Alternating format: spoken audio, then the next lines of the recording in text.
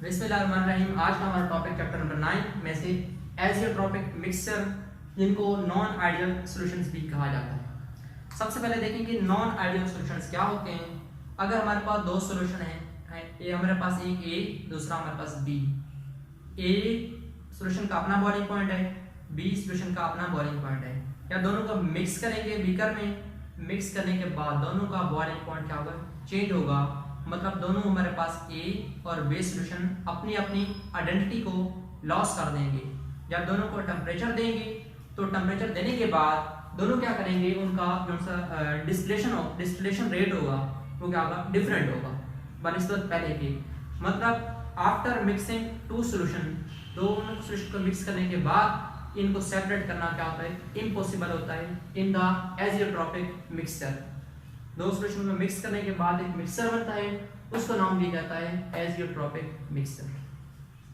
अब हम इसको देखते हैं। This is the mix, this is mix whose component boil at constant temperature।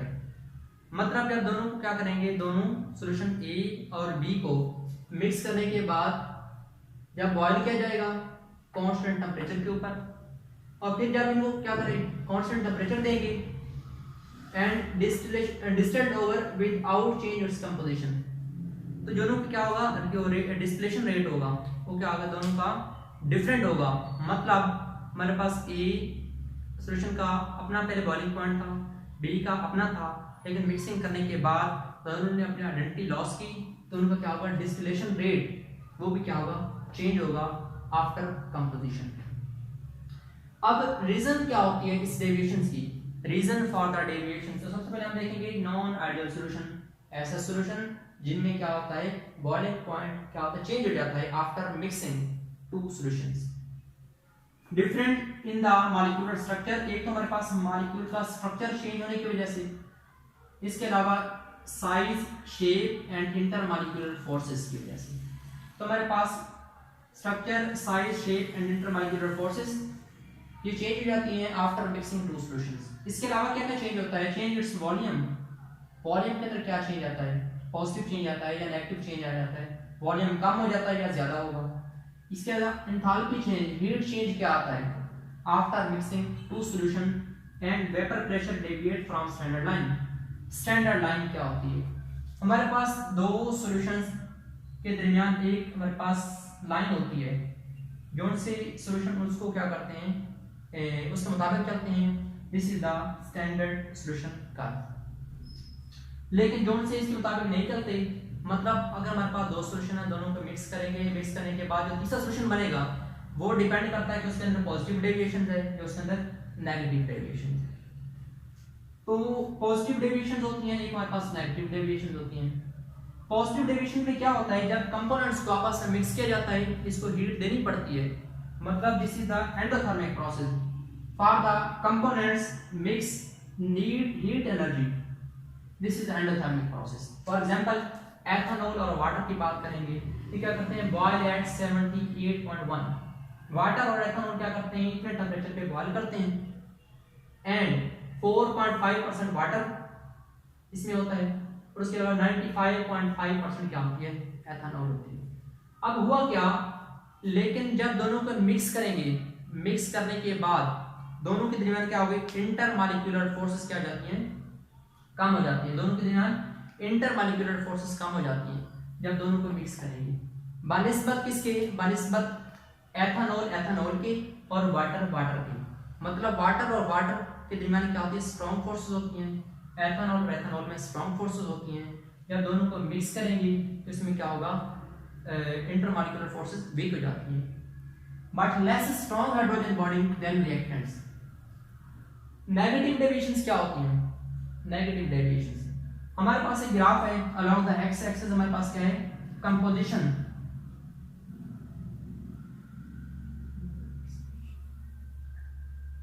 Molar percentage, percentage composition, और वाई एक्सिस में हमारे पास क्या है, वेपर प्रेशर।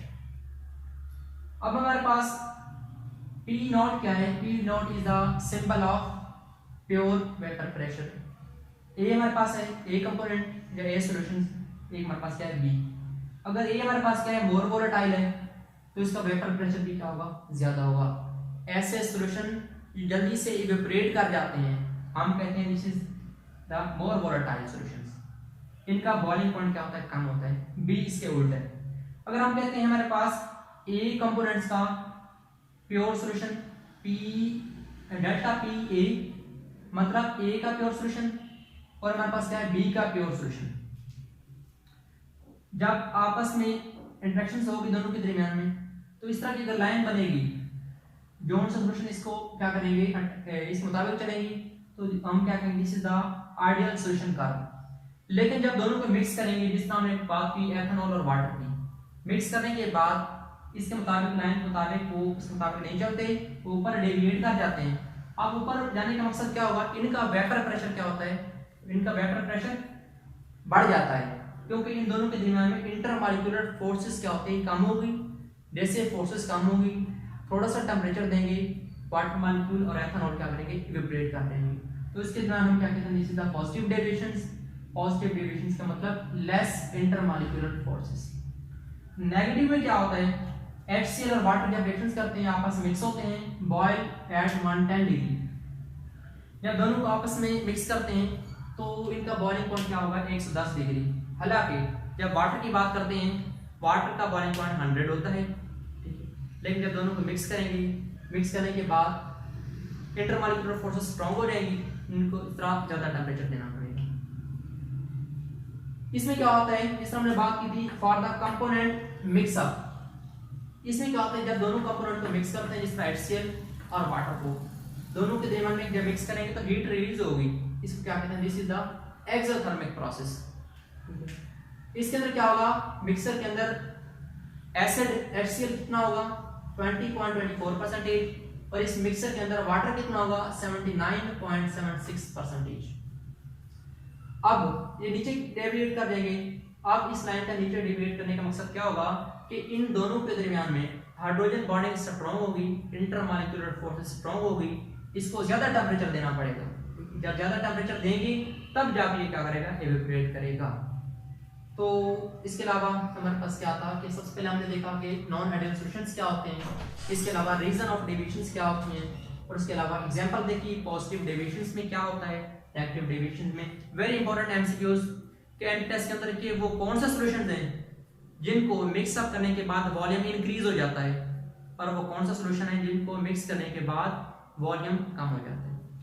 तो पॉजिटिव डेविएशंस के अंदर क्या होता है, वॉल्यूम इंक्रीज हो जाता है, क्योंकि एथेनॉल और वाटर के दरमियान में इतनी अच्छी हाइड्रोजन बॉन्डिंग नहीं होती, weak hydrogen bonding, weak intermolecular forces होती हैं। तो क्या होगा, इसको टेम्परेचर ज्यादा देंगे, दोनों के दरमियान क्या होगी, रिपल्शन होगी। जब रिपल्शन होगी तो वॉल्यूम इंक्रीज हो जाएगा। लेकिन जब नेगेटिव डेविएशंस में HCl और वाटर की बात करते हैं, दोनों के दरमियान में स्ट्रांग बॉन्डिंग हो जाती है बनिस्बत HCl और HCl के दरमियान, बनिस्बत H2 और H2 के दरमियान। इन दोनों के दरमियान में क्या होती है, स्ट्रांग हाइड्रोजन बॉन्डिंग होती है। जब स्ट्रांग हाइड्रोजन बॉन्डिंग होगी तो ज्यादा टेम्परेचर देना पड़ेगा, टेम्परेचर ज्यादा देंगी तो क्या होगा, वॉल्यूम कम होता जाएगा। तो नेगेटिव डेविएशंस के अंदर वॉल्यूम कम हो जाता है, पॉजिटिव डेविएशंस के अंदर वॉल्यूम इंक्रीज हो जाता है। ये हमारा था आज का इंपॉर्टेंट टॉपिक, इसमें देख लीजिएगा, कोई मसला हुआ तो डिस्कस कीजिएगा। Thank you.